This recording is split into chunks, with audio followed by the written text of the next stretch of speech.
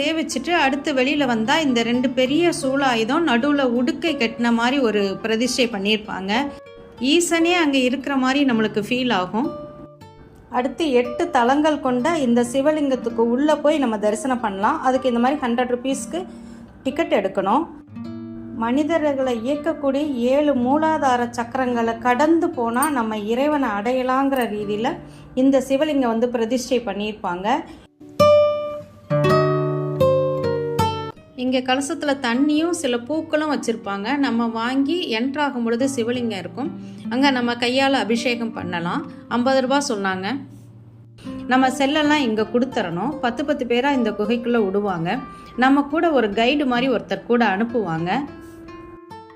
இந்த 7 தலங்கள் போகக்கூடிய பாதை ரொம்ப குறுகலான பாதையாக இருக்கிறதுனால நம்ம கூடவே நம்ம எங்கேயும் நின்றக்கூடாது, கூட்டம் நெரிச்சிடக்கூடாது அப்படிங்கிறதுனால நம்ம கூட கைடு